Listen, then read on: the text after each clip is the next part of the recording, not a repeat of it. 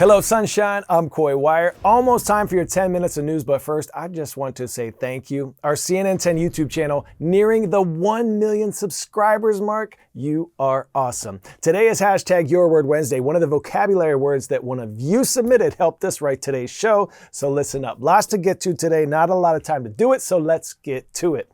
We start first in the Black Sea, a highly coveted body of water in wartime. The critically geostrategic body of water links Europe to the Middle East and Russia.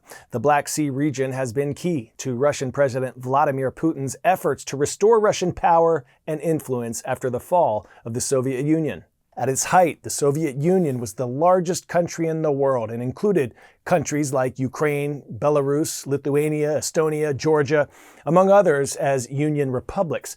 Soviet policies leading to economic stagnation and the overextension of the military were factors that contributed to the collapse of the Union in 1991, leading Union republics to secede or withdraw from the Union as independent nations, ending the Cold War. Since then, Russia has launched a series of military aggressions, first against Georgia in 2008, then its illegal annexation of the Ukrainian region Crimea in 2014, which was followed by the full-scale invasion of Ukraine in 2022. The Black Sea has been a key piece of geography in each of Russia's aggressions. It's where Russia operates its Black Sea Fleet naval unit, which has disrupted shipping channels and gained control of the Kerch Strait, which connects the Sea of Azov to the Black Sea. The NATO military alliance has increased its presence in the Black Sea in response to what it calls Russia's, quote, continued aggression and destabilizing activities, unquote.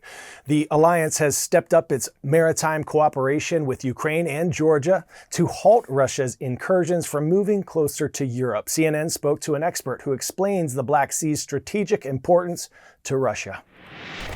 Because the Black Sea is so central to Russia's ambitions, who controls the Black Sea is going to be one of the key questions as to who is the key player in the 21st century. From the point of view of Russia, the Black Sea has been most important strategically because it brings together three distinct security regions. To the north, you have Russia and the wider steppes of Eurasia. To the south, you've had Turkey and the whole Mediterranean region. And then to the west, you've had the European and Balkan areas. All of these have been key for Russia to try and control and extend its power, then to project its strength into the East Mediterranean and beyond that to the Middle East and even the Red Sea. During the Soviet Union, the Black Sea was often called the Soviet Lake because Moscow controlled effectively the whole coast, which meant that Turkey was the outstanding NATO member. And this is why Turkey is so fundamental. There's only one point of access which is controlled by Turkey. With the end of the Soviet Union, the region has fragmented and we've seen different countries belonging to different alignments.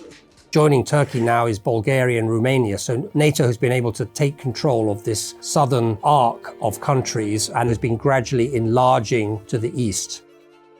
Under President Putin, one of the key goals has been to argue that Russia is a great power. And so controlling the Black Sea has been instrumental for that. First of all, he sought to take control of the South Caucasus, and we saw the 2008 Russia-Georgia war, in which Russia essentially annexed South Ossetia and Abkhazia on the Black Sea coast. In the second phase, we've seen Russia trying to project its force into Ukraine, starting in 2014, where Russia first of all seized the Crimean Peninsula, but also became involved in the fighting in East Ukraine. So in 2022, when Russia began its full-scale invasion of Ukraine, I think President Putin would have been quite confident. He gradually extended Russian military strength down through the South Caucasus.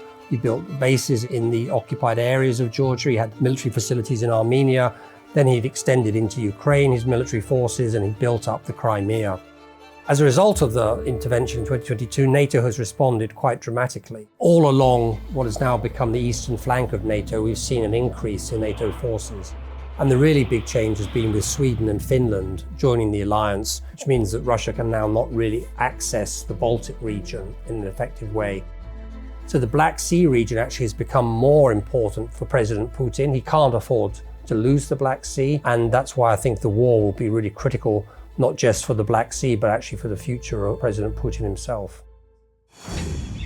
10-second trivia. Which ocean explorer is credited with inventing the first shark cages which allow humans to dive with sharks? Jacques Cousteau, Edmund Hillary, Sylvia Earle, or James Cameron?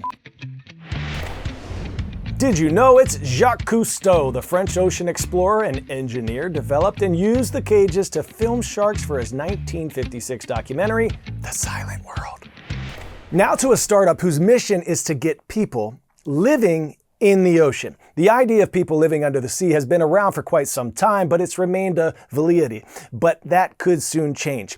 Underwater villages. We've seen them in science fiction movies, maybe read about them in books, but now a company in the UK called Deep says it's going to make them a reality. Our Max Foster took a tour of the subaqueous habitats, which the company hopes will be housing people underwater within the next 2 years. Imagine living in a house like this.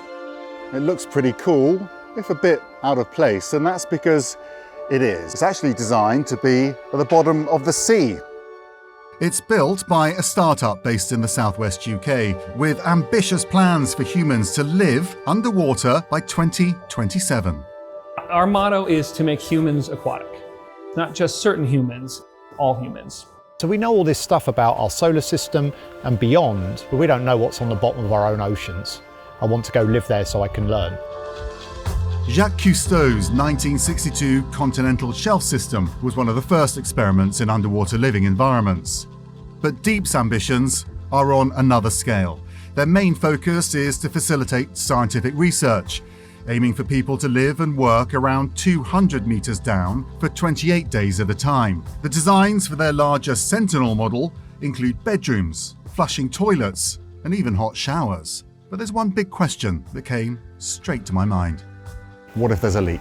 Yeah. There are 4 possible ways of leaving the habitat in various types of emergency. Do you imagine one day towns, villages? Our Sentinel habitat is a module. Those modules can be bolted together, so the possibility for subsea villages is absolutely there. Would people want to live there, do you think? I would, absolutely. To make the enormous parts required for the system, the company's developed a technique using welders on robotic arms. The parts are built one layer of steel at a time.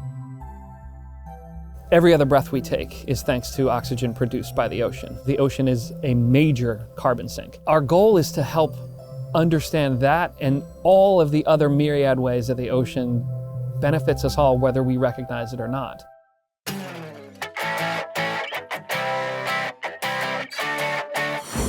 Today's stories getting 10s out of 10 are twice the fun. First, a rare wildlife sighting of one of the most elusive mountain cats on the planet, and Dictionary.com's competition celebrating 32 of the most iconic local slang words from all places all across the US. Y'all, yuns, you guys, listen up. They're going head to head, March Madness style, to be named MVP, most valuable phrase. Our Jeremy Roth has more.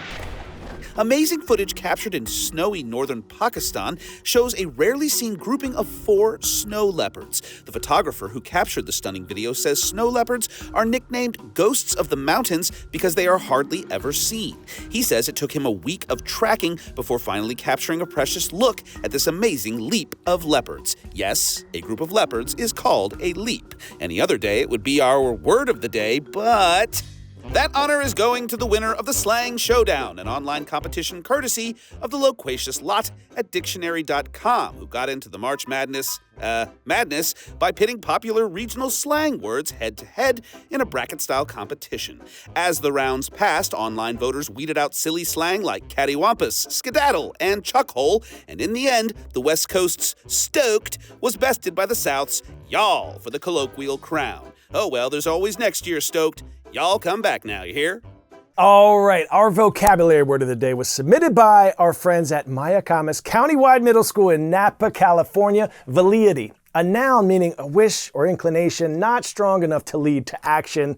Outstanding word. We see you, Mrs. Jinx. Thanks to all of you for inundating my comments with some exceedingly awesome words for Your Word Wednesday. Always so tough to choose just one. Our special shout out today goes to my Broncos at Five Fork in Lawrenceville, Georgia. Rise up. We need to pour our hearts out for you. Thank you for tuning in, everyone, making us part of your day. Let's do it again tomorrow, right here on CNN 10.